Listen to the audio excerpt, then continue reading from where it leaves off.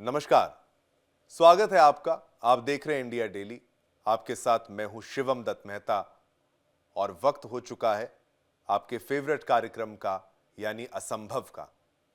असंभव यानी वो कार्यक्रम जहां पर हम आपके समक्ष अद्भुत और रोचक मुद्दे हर बार लेकर आते हैं, रहस्यमयी जगहों के बारे में आपको बताते हैं। आज का भी मुद्दा हमारा बेहद महत्वपूर्ण है और आपको बताएंगे एक नए स्थान के बारे में और उसके इतिहास के बारे में। हिमालय की गोद में बसा एक पवित्र स्थल जहां की हर सांस में भक्ति है और हर पत्थर में आस्था है, जहां स्वयं भगवान विष्णु ध्यान मग्न योगी के रूप में विराजते हैं। कहा जाता है कि जो यहां आता है वो केवल दर्शन नहीं करता बल्कि मोक्ष के मार्ग पर एक कदम और बढ़ा देता है। सनातन के शिखर पर विराजमान यह है बद्रीनाथ धाम। 4 धामों में से एक और उत्तराखंड के इस दिव्य द्वार में समाई है हजारों वर्षों की कहानी, अनगिनत रहस्य और असीम आस्था की धारा। आइए चलते हैं उस लोक में जहां धरती स्वर्ग को छूती है, जहां विश्वास हर मौसम में अमर रहता है।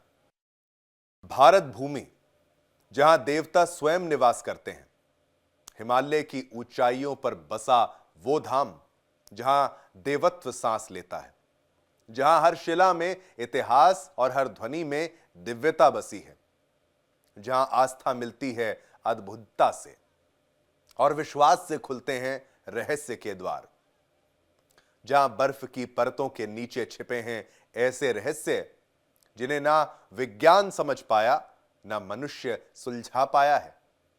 असंभव में आज हम आपको ले चलेंगे बद्रीनाथ धाम की यात्रा पर, उस धाम की ओर जहां ऐसे रहस्य हैं जिसे आज तक विज्ञान नहीं सुलझा पाया, जो असंभव लगते हैं। हर ओर जमी रहती है बर्फ, फिर भी अखंड जलधारा बहती है। कभी बंद होता है मंदिर के द्वार और खुलते हैं अलौकिक संकेत।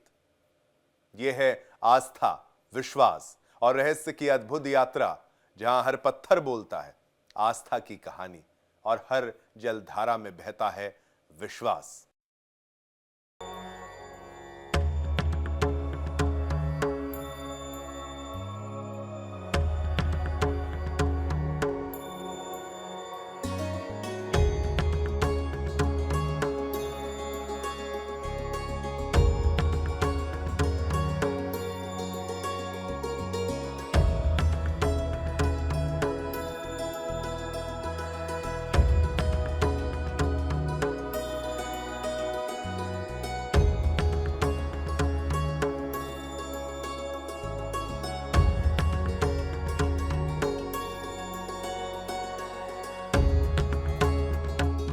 चार धामों में सबसे पवित्र, सबसे रहस्यमय,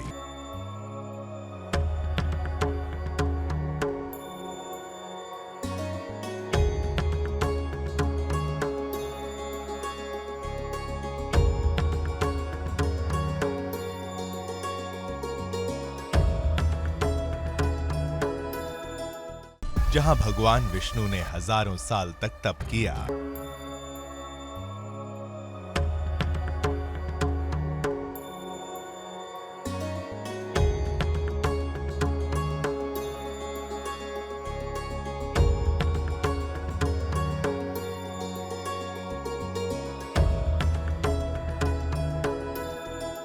जहां 6 महीने बंद रहता है मंदिर, फिर भी नहीं बुझता मंदिर का दीपक।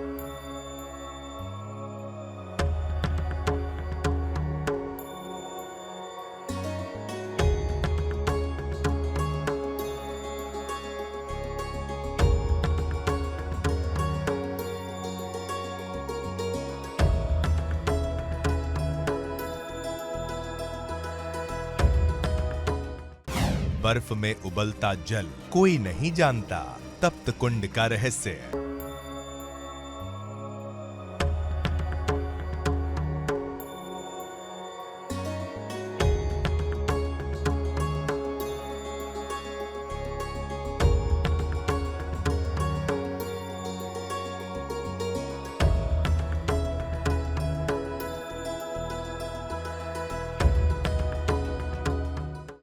शालिग्राम शिला से बनी भगवान विष्णु की दिव्य मूर्ति।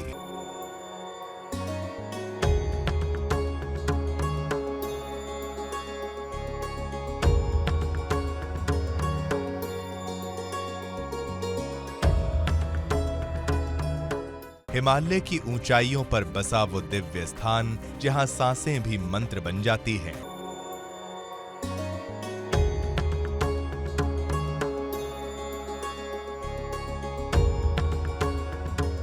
जहां बर्फ का हर टुकड़ा आस्था का प्रतीक है।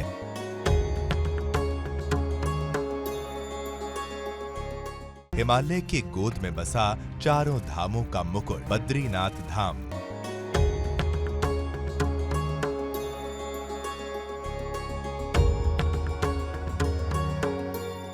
कहते हैं यहाँ भगवान विष्णु खुद तपस्या में लीन हैं।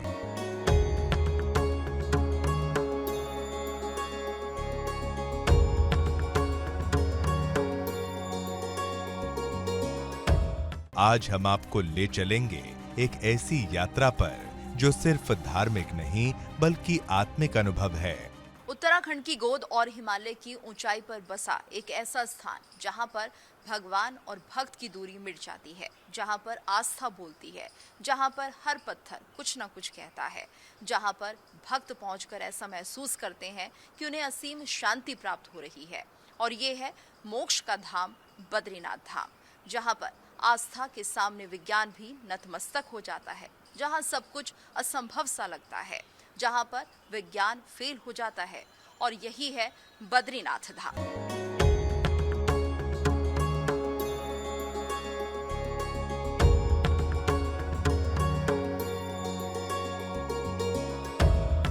बद्रीनाथ धाम, जिसे सृष्टि का 8वां बैकुंठ कहा गया है, जहां भगवान विष्णु 6 महीने निद्रा में रहते हैं और 6 महीने जागते हैं।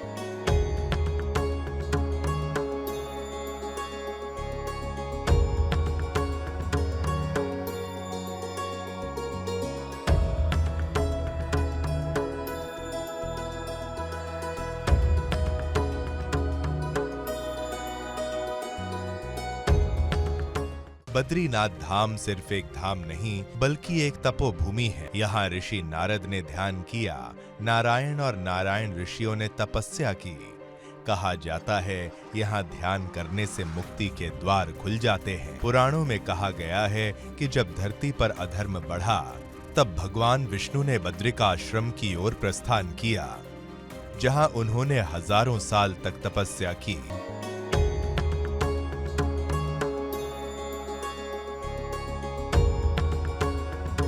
हर साल जब बद्रीनाथ धाम के कपाट खोले जाते हैं तो ये नज़ारा किसी चमत्कार से कम नहीं होता।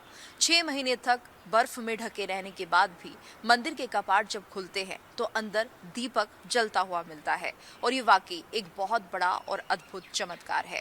कहा जाता है इस दीपक को बनाने के लिए एक विशेष प्रक्रिया होती है, लेकिन जलता हुआ ये दीपक भगवान विष्णु की उपस्थिति को बताता है और सभी के लिए किसी चमत्कार से कम नहीं होता। विष्णु जी जब ध्यान मुद्रा में लीन थे तो बर्फबारी के चलते वो पूरी तरह बर्फ से ढक गए। माँ लक्ष्मी चिंतित हो गईं। फिर उन्होंने विष्णु जी को छाया देने के लिए उनके पास एक बेर वृक्ष का रूप ले लिया। जब श्री हरि का तप पूरा हुआ तो उन्होंने माता को वृक्ष रूप में बर्फ से ढका पाया। वो बहुत प्रसन्न हुए और कहा कि तुमने मेरी रक्षा बद्री वृक्ष के रूप में की है, इसलिए आज से मुझे बद्रीनाथ के नाम से जाना जाएगा। इस तरह से भगवान विष्णु का नाम बद्रीनाथ पड़ा। आज भी जब हवा बहती है तो लगता है जैसे वही ध्यान की गूंज अब भी मौजूद है।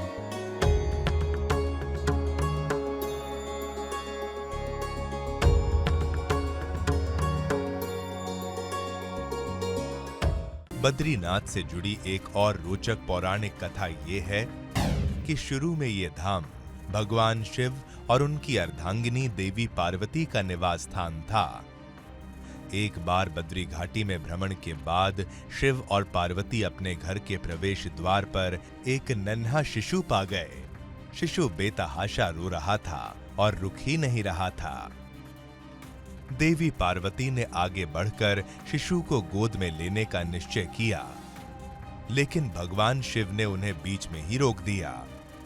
उन्होंने उन्हें ऐसा ना करने को कहा क्योंकि वे नहीं जानते थे कि यह शिशु किसका है, कहां से आया है, और आसपास पैरों के निशान ना होने से उनका संदेह और गहरा हो गया। पार्वती ने शिव की चिंता को नजरअंदाज कर दिया और शिशु को सहज महसूस कराने के लिए आगे बढ़ीं और शिशु को उठाकर अंदर ले गईं। श्रद्धालुओं पे तो बहुत ही प्रभाव इसलिए है क्योंकि ये आस्था का विषय है और लोग इसीलिए बद्रीनाथ जाते हैं और उनको एक असीम शांति, शक्ति, एक होप। आदमी भगवान के पास कब जाता है? दो पर्पस से, या तो एक ग्रैटिट्यूड होता है जब उसकी ज़िंदगी में काम अच्छे चल रहे होते हैं, या वो मुश्किल और तकलीफ में होता है। और जब वो ऐसी जगह जाता है, मंदिर जाता है या बद्रीनाथ जैसी विशाल जगह जाता है, वहाँ पे जब वो स्टोरी सुनता है, उस स्टोरी से उसका जो आत्मविश्वास है वो कहीं ना कहीं बढ़ना शुरू होता है और वहाँ से उसमें एक सेल्फ कॉन्फिडेंस आता है।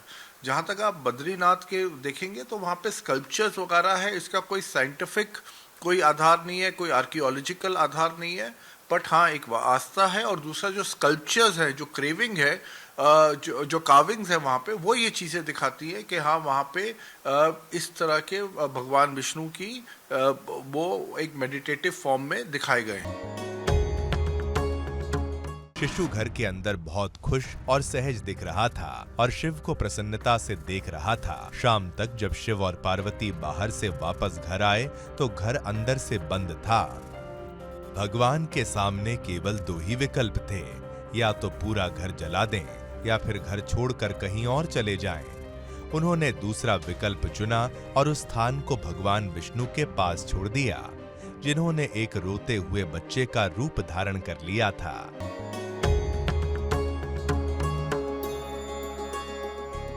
कहा जाता है कि बद्रीनाथ धाम में विराजमान भगवान विष्णु की ये मूर्ति किसी शिल्पकार ने नहीं बनाई।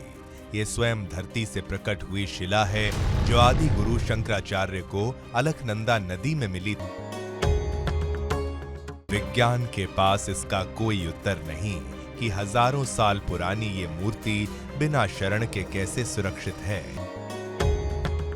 हजारों सालों से बिना क्षरण, बिना टूट फूट, वैसी की वैसी, जिसे देखकर विज्ञान खामोश है, श्रद्धा जवाब दे चुकी है।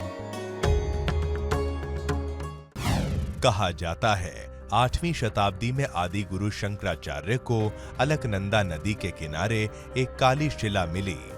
वो शिला थी स्वयं प्रकट हुई भगवान विष्णु की मूर्ति, जिसे आदि गुरु शंकराचार्य ने नदी से निकालकर इस मंदिर की स्थापना की। कहते हैं बद्रीनाथ मंदिर की मूर्ति स्वयं प्रकट हुई थी। बताया जाता है कि आदि शंकराचार्य को ये मूर्ति अलकनंदा नदी के किनारे पड़ी मिली थी और वहां से ही वो इस मूर्ति को लेकर आए और फिर इसे मंदिर में स्थापित किया गया।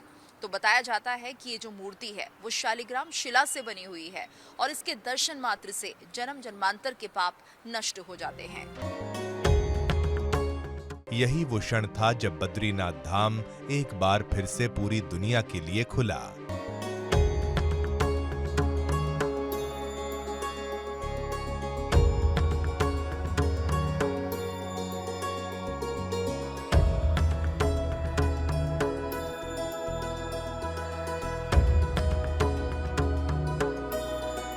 यहीं आदि गुरु शंकराचार्य को बद्रीनाथ की मूर्ति का साक्षात्कार हुआ था। कहा जाता है इसी गुफा में उन्होंने ब्रह्मसूत्र भाष्य की रचना की थी। आदि गुरु शंकराचार्य को दिव्य संकेत मिला था, जिसके बाद उसी गुफा में उन्होंने ब्रह्मसूत्र भाष्य की रचना की। ध्यान की वो ऊर्जा आज भी गुफा में महसूस होती है। धार्मिक महत्व यह है कि भगवान विष्णु हमारे हिंदू मैथोलॉजी में उनको भगवान का दर्जा दिया गया है, उनके ऊपर बहुत फेथ है और ये फेथ आज से नहीं है, ये बहुत हज़ारों सालों से है, या शायद जब से सृष्टि या जब से भगवान विष्णु या भगवान के बारे में इस पार्ट ऑफ द वर्ल्ड में लोगों ने सोचा, तो जब उनके वो आस्था बढ़ती गई तो वो एक तरह से उनके लिए सब कुछ बन गए हैं। तो इस वजह से उनके लिए जो आस्था लोगों की है वो एक तरह से अपरंपार है, और लोग उनके बियॉन्ड कहीं देखते नहीं हैं, क्योंकि वही उनके लिए एक असीम शक्ति है और एक सेवियर के रूप में है, एक हेल्पफुल रिसोर्स के रूप में है। बद्रीनाथ धाम का उल्लेख विभिन्न हिंदू धर्म ग्रंथों और महाभारत में भी मिलता है। इस स्थान का उल्लेख उस स्थान के रूप में किया गया है जहां पांडव अपनी पत्नी द्रौपदी के साथ स्वर्ग जाते समय रुके थे। वो कुछ समय के लिए माणा गांव की गुफा में रुके थे, जो बद्रीनाथ के मुख्य मंदिर से लगभग 3 किलोमीटर की दूरी पर स्थित है।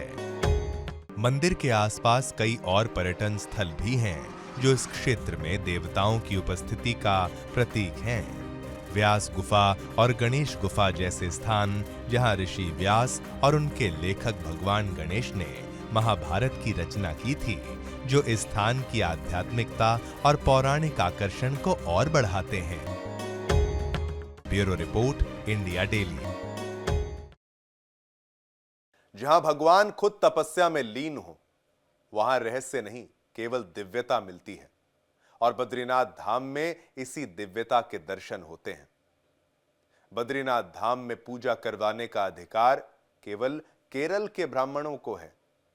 अब इसका कारण क्या है, ये जानने की इच्छा आपको भी होगी। इसके पीछे की भी एक कथा है, एक कहानी है, जो आदि गुरु शंकराचार्य जी से जुड़ी है। हिमालय की गोद में बसे बद्रीनाथ धाम में प्रभु श्री हरि नारायण का दर्शन पाने के लिए हर साल लाखों श्रद्धालु हजारों किलोमीटर की कठिन यात्रा तय करते हैं। कहते हैं भगवान बद्रीनाथ के दर्शन बिना बुलावे नहीं आते, और जब होते हैं तो भक्तों को मोक्ष की प्राप्ति होती है।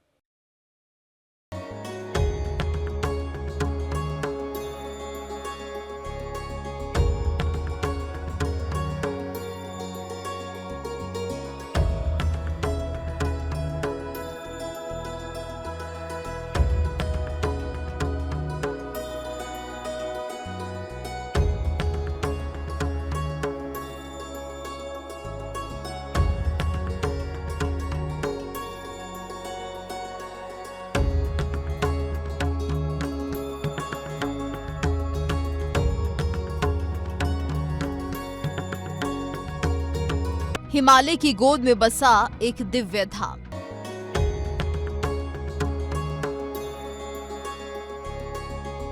जहां हर सांस में बसता है प्रभु का नाम, जहां पत्थरों में भी है भक्ति की गूंज।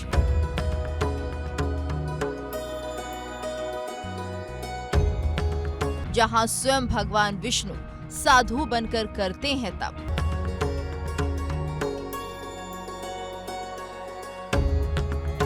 उत्तराखंड के चमोली जिले में स्थित बद्रीनाथ धाम सनातन का वो शिखर है जो अनंतकाल से चमक रहा है।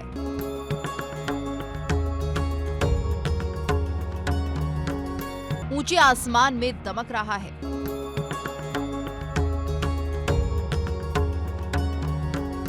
चार धामों में सबसे प्रमुख बद्रीनाथ धाम।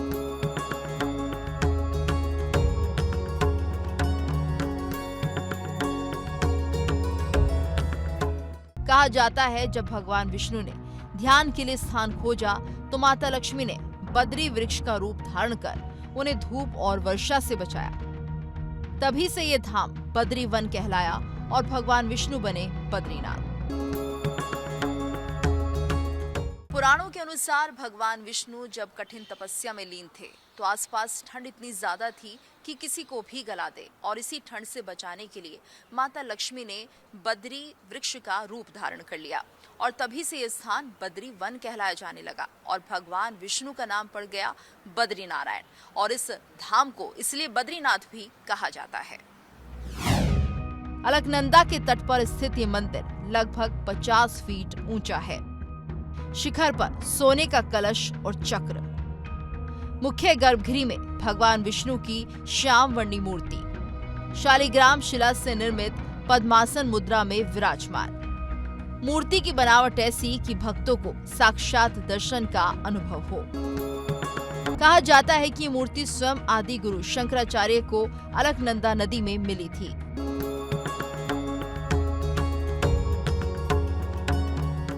आठवीं शताब्दी में आदि शंकराचार्य ने देश भर में धर्म जागरण की लहर चलाई।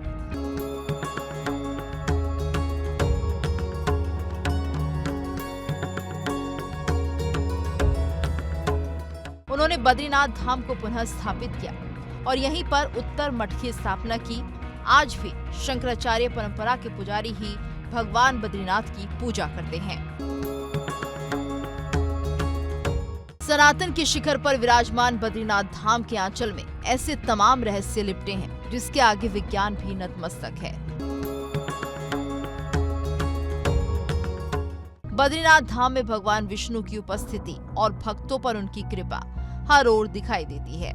रहस्य और राज की कहानी पूरे धाम में बिखरी पड़ी है।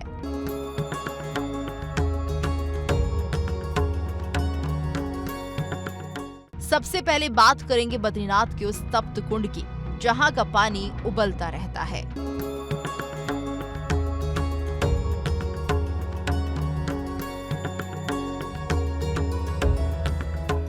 बर्फ के बीच ऐसा क्यों होता है, इसका जवाब विज्ञान के पास भी नहीं है।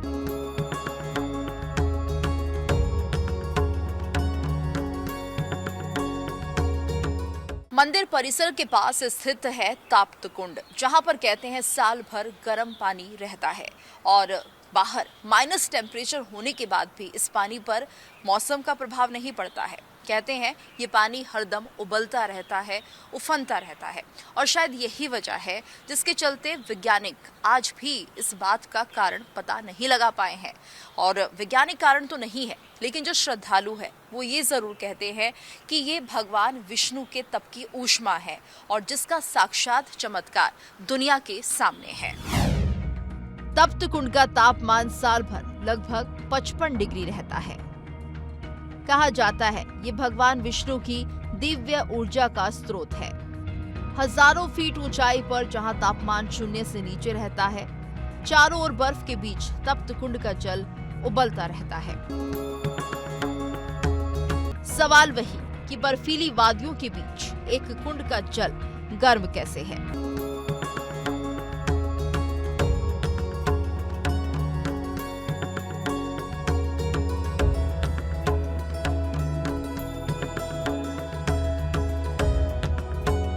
मान्यता है कि मंदिर के पास स्थित नारद कुंड में भगवान विष्णु तपस्या करते हैं। भगवान के तप की ऊष्मा से ही पानी का तापमान ज्यादा होता है।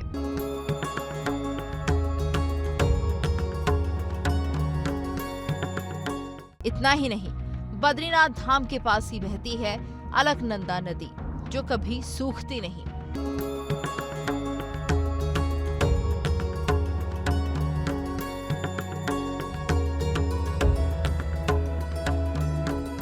यानी हर ओर बर्फ जम जाती है, लेकिन नदी की धारा अविरल बहती रहती है, जो हर पल इस धाम में भगवान की उपस्थिति का एहसास कराती है। मंदिर के पास नारद कुंड नाम का एक और जल कुंड है। कहा जाता है कि यहाँ पर भगवान विष्णु की मूर्ति कभी कभी अदृश्य हो जाती है और यहाँ के लोगों की मान्यता ये है कि ये जो मूर्ति अदृश्य होती है, इसके पीछे स्वयं भगवान श्री हरि विष्णु है। कहा जाता है जब भगवान कुछ पलों के लिए यहाँ पर खुद उपस्थित होते हैं तो उस वक्त मूर्ति लोगों की आंखों से ओझल हो जाती है और वो इस बात का प्रतीक है कि खुद भगवान विष्णु यहाँ पर मौजूद है। चारों ओर बर्फ और चट्टानें हैं, वहां ये जलधारा कभी नहीं सूखती। हजारों साल से एक ही वेग से बहती अलकनंदा भगवान के धाम की एक अलग कहानी बुनती है। वैज्ञानिक इसे ग्लेशियर का असर बताते हैं, पर आस्था कहती है ये भगवान विष्णु का प्राण प्रवाह है। यहाँ जल कभी नहीं रुकता।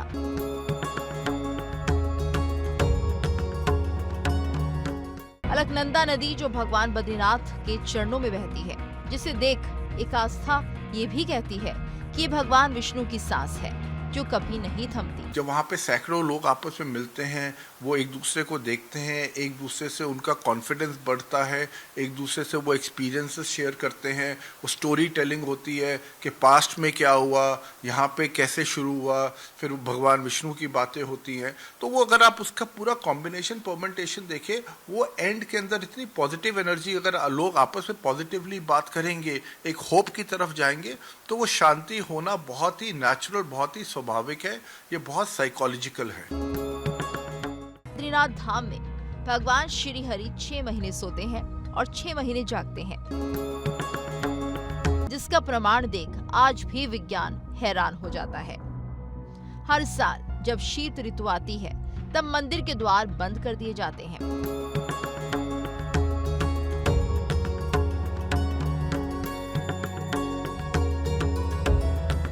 लेकिन जब 6 महीने बाद फिर खुलते हैं तो दीपक जलता हुआ और फूल ताजे मिलते हैं।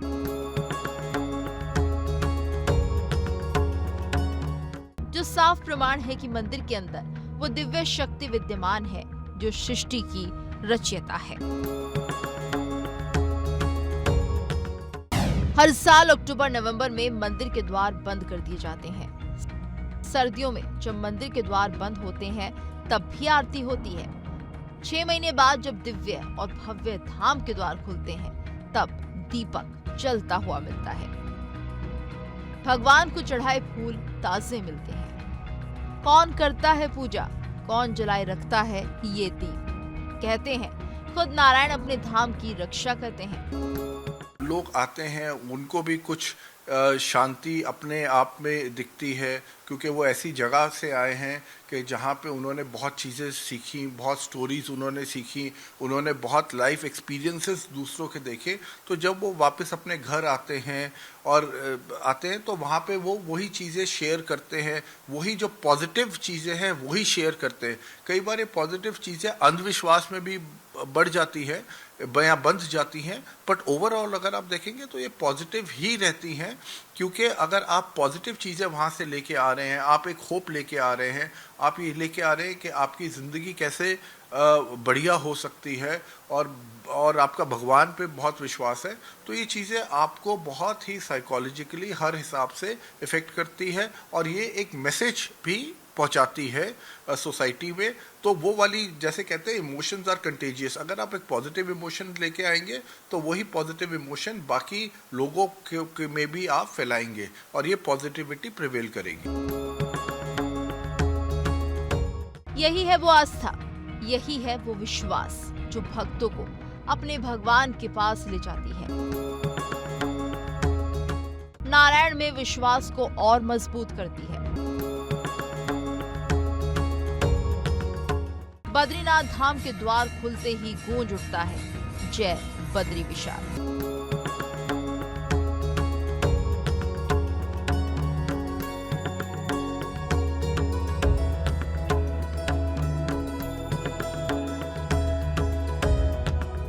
दिव्य और भव्य बद्रीनाथ धाम में पूजा दक्षिण भारत के नंबूदरी ब्राह्मण पुजारी करते हैं, जिन्हें रावल कहा जाता है। सुबह ब्रह्म मुहूर्त से लेकर रात्रि की शयनारती तक हर विधि, हर आचार भगवान विष्णु की आराधना का प्रतीक है।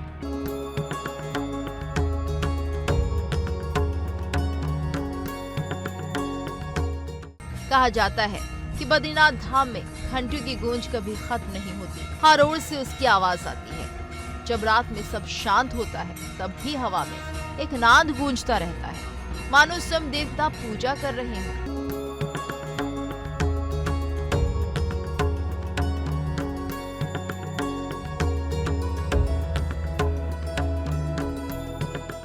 मानसिक स्वास्थ्य पे बहुत सिंपल है कि जब आप जिनको आपने अपना भगवान माना है, आप बद्रीनाथ जा रहे हैं, आप भगवान विष्णु के दर्शन कर रहे हैं, जिनको आपने बचपन से आपकी श्रद्धा है, आपकी वो श्रद्धा कहाँ से है, आपके पेरेंट्स से, आपके पेरेंट्स को श्रद्धा कहाँ से है, उनके पेरेंट्स से।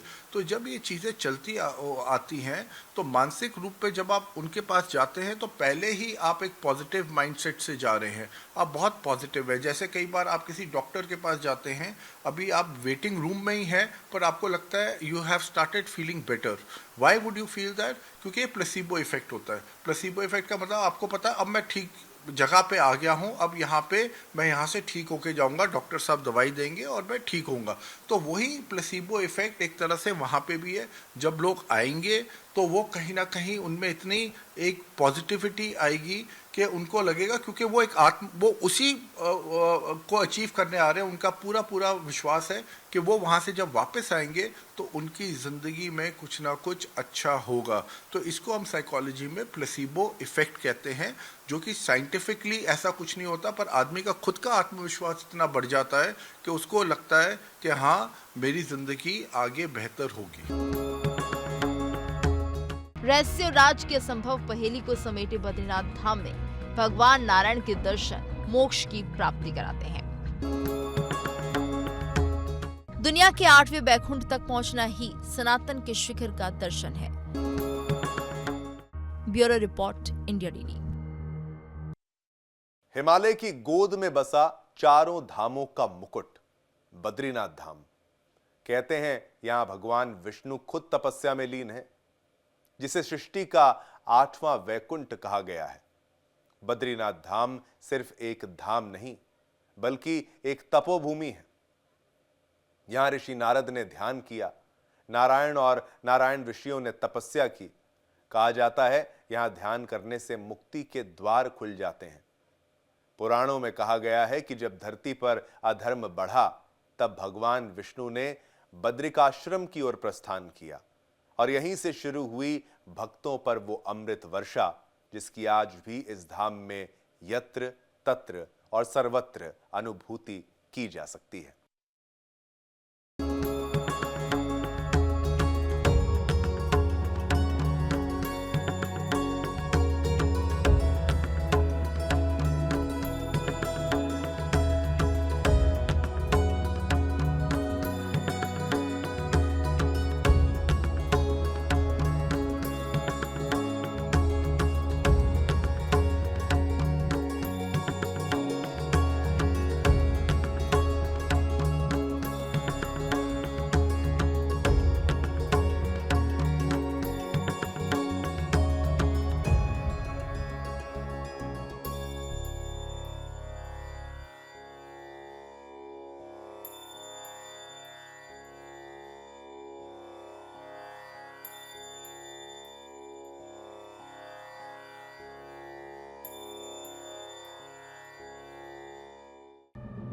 बद्रीनाथ धाम, जहां हर रहस्य एक उत्तर बन जाता है।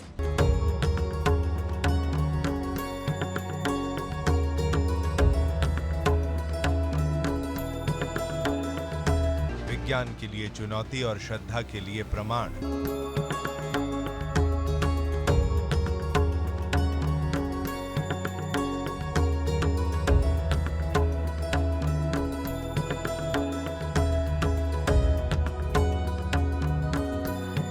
यहां भगवान बस पूजे नहीं जाते, उन्हें महसूस किया जाता है।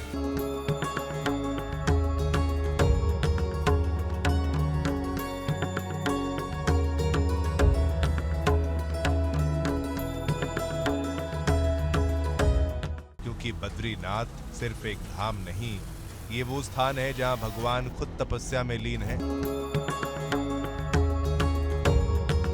रहस्यों की चादर में लिपटे इस धाम के रोचक तथ्यों में हर किसी के लिए कुछ न कुछ अनसुलझा है। अपनी इस खास पेशकश असंभव में आज हम इन्हीं रहस्यों से पर्दा उठा रहे हैं।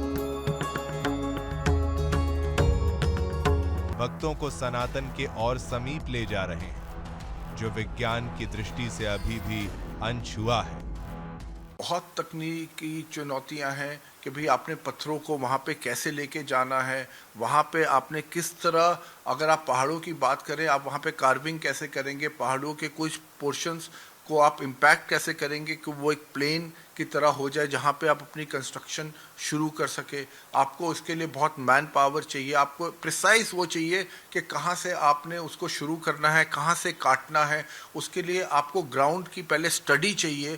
तो कहने का मतलब है आप साइंस के इसमें जितने भी चीज़ें ले सकते हैं, right from science, geometry, physics, chemistry, पता हर एक चीज़ का कॉम्बिनेशन और परमेंटेशन के बाद ये वाली चीज़ अचीव हो सकती है। ये कोई साधारण चीज़ नहीं है, ये बिल्कुल असाधारण चीज़ है जो उस टाइम में लोगों ने कमाल कर दिया था।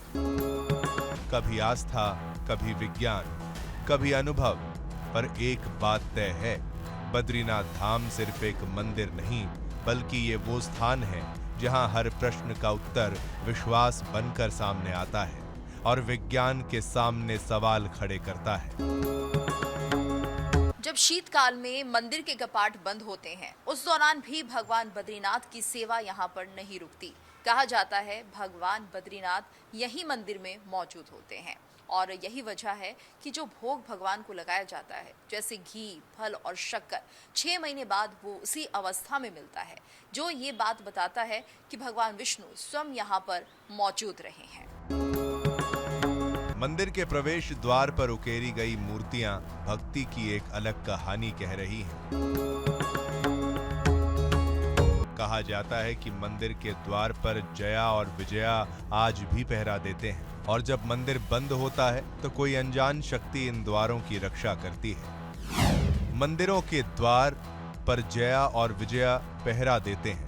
कहते हैं जब रात में कोई मंदिर के करीब आता है तो अनजानी आहट सुनाई देती है। भक्त मानते हैं कि ये द्वारपालों की चेतावनी है। बद्रीनाथ धाम चारों धामों में सबसे ज्यादा ऊंचाई पर स्थित है, लेकिन श्रद्धालु कहते हैं कि जब वो यहाँ पर आते हैं तो उन्हें कभी ऐसा महसूस नहीं होता कि किसी तरह की थकान उन्हें हो रही है, क्योंकि उन्हें ऐसा लगता है जैसे कोई अदृश्य शक्ति उनका हाथ पकड़कर उन्हें धाम तक पहुंचा रही है। और शायद यही वजह है जिसके चलते कुछ ऐसे भक्त भी हैं जो हर महीने बद्रीनाथ दर्शन करने के लिए पहुंचते हैं।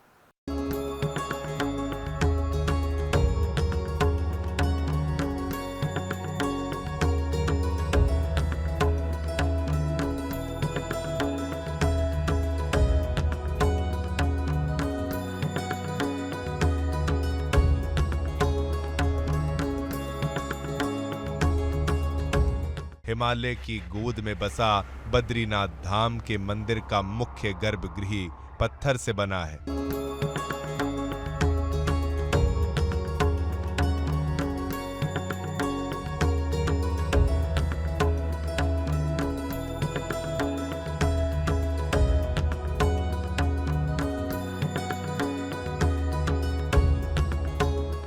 बीच में भगवान विष्णु की मूर्ति जो ध्यान मुद्रा में है, उनके चारों ओर हैं लक्ष्मी,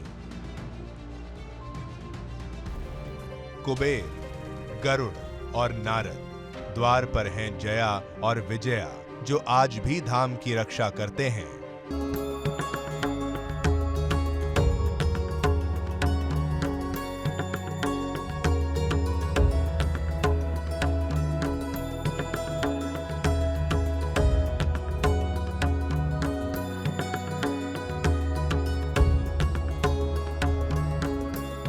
मान्यता है कि बद्री वन में भगवान विष्णु ने हजारों वर्षों तक ध्यान लगाया था।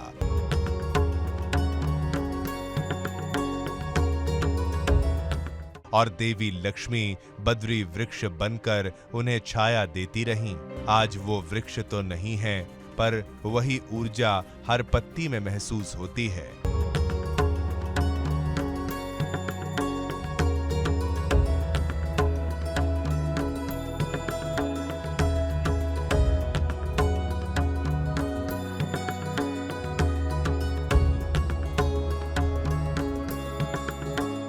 भक्तों को शक्ति मिलती है, तभी दुनिया भर के भक्त अपने भगवान का दुर्लभ दर्शन पाने के लिए इस पवित्र, दिव्य और भव्य धाम में पहुंचते हैं।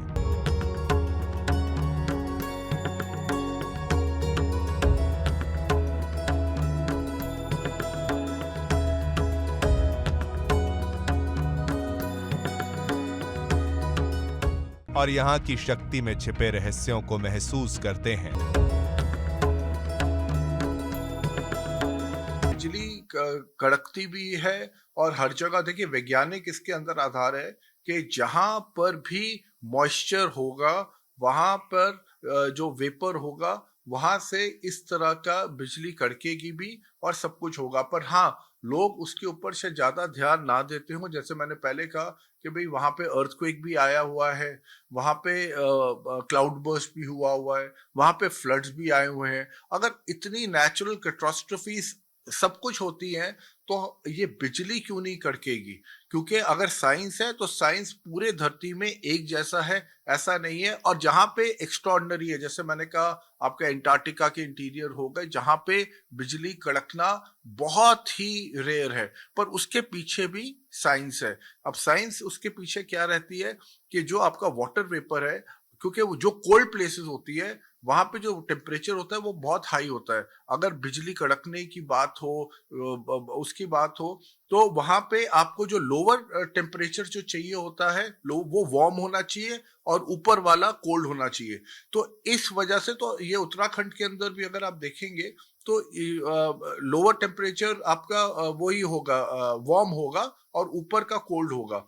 तो लाइटनिंग वगैरह चीजें वहां पे होनी स्वाभाविक है। पर कई बार आदमी की अपनी फिल्टरेशन होती है, फेथ कई बार इतनी चीज हो जाती है कि अगर बिजली कड़केगी भी आदमी उसको सीरियसली नहीं लेगा, नहीं देखेगा। तो ये एक तरह से साइकोलॉजिकल, आप इसको कहते हैं साइकोलॉजिकली ये हाईजैक कई बार लोग हो जाते हैं। बद्रीनाथ धाम का एक और रहस्य भक्ति में शक्ति की कहानी कहती है।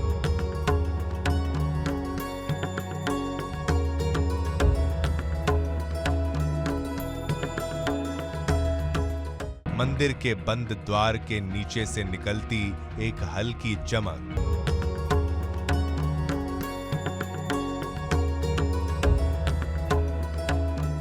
वो रहस्यमयी चमक जिसे भक्त मोक्ष का मार्ग समझते हैं। महाभारत काल से जुड़ी मान्यता ये भी है कि जब पांडवों ने स्वर्गारोहण किया था तो यहीं पर आकर भगवान बद्रीनाथ के दर्शन किए थे और कहा यह भी जाता है कि यही मोक्ष की अंतिम सीढ़ी भी है।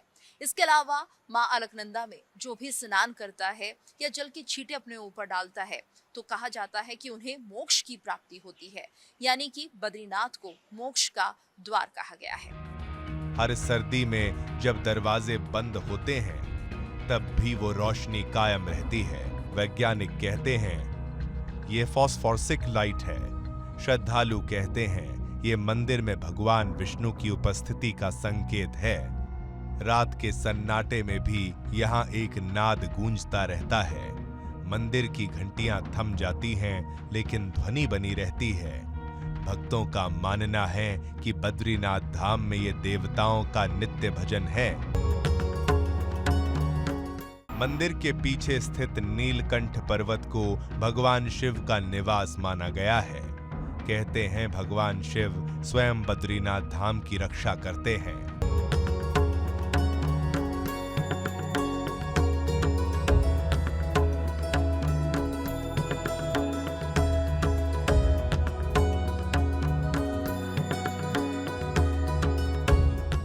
जब सूर्योदय की पहली किरण नीलकंठ से निकलकर मंदिर के शिखर पर स्पर्श करती है तो माना जाता है भगवान शिव स्वयं विष्णु को प्रणाम कर रहे हैं।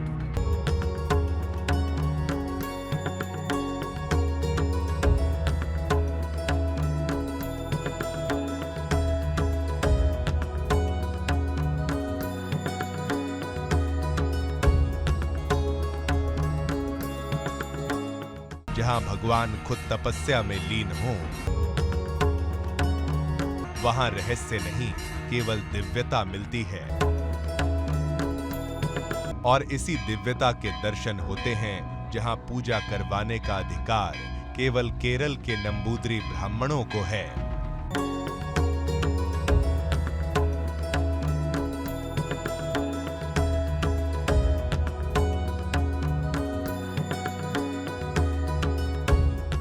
हर साल अलग अलग पुजारी आते हैं।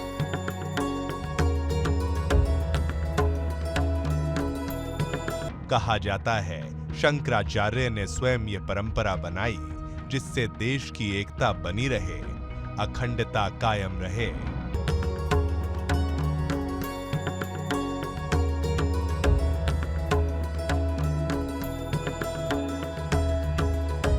गोद में बसे बद्रीनाथ धाम में प्रभु श्री हरि नारायण का दर्शन पाने के लिए हर साल लाखों श्रद्धालु हजारों किलोमीटर की कठिन यात्रा तय करते हैं।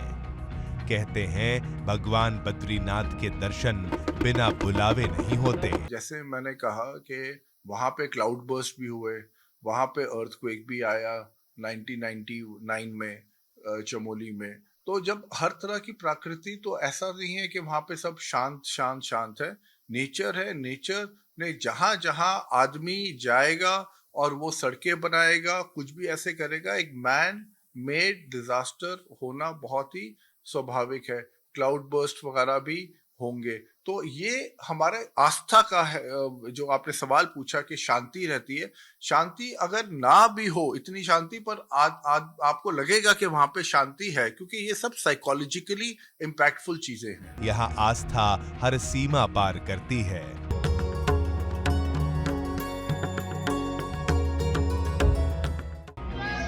बद्रीनाथ धाम जहां बर्फ में भी भक्ति जलती है, जहां देवता भी तपस्या करते हैं और मनुष्य भी मुक्ति पाता है।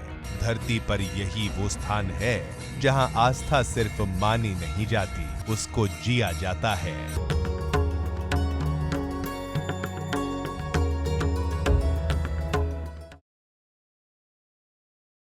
बद्रीनाथ धाम सिर्फ एक मंदिर नहीं बल्कि एक अनुभूति है। यहां आकर लगता है मानो समय थम गया हो और हर मनुष्य अपने भीतर के ईश्वर से मिल रहा हो। आस्थाओं की ये ज्योति हजारों सालों से जल रही है और जब तक हिमालय अडिग है, बद्रीनाथ धाम की महिमा अमर रहेगी। कहा जाता है जो आया बद्रीनाथ पाया जीवन का सार। यही वो धाम है जहां यात्रा खत्म नहीं होती बल्कि शुरू होती है आत्मा की शाश्वत यात्रा।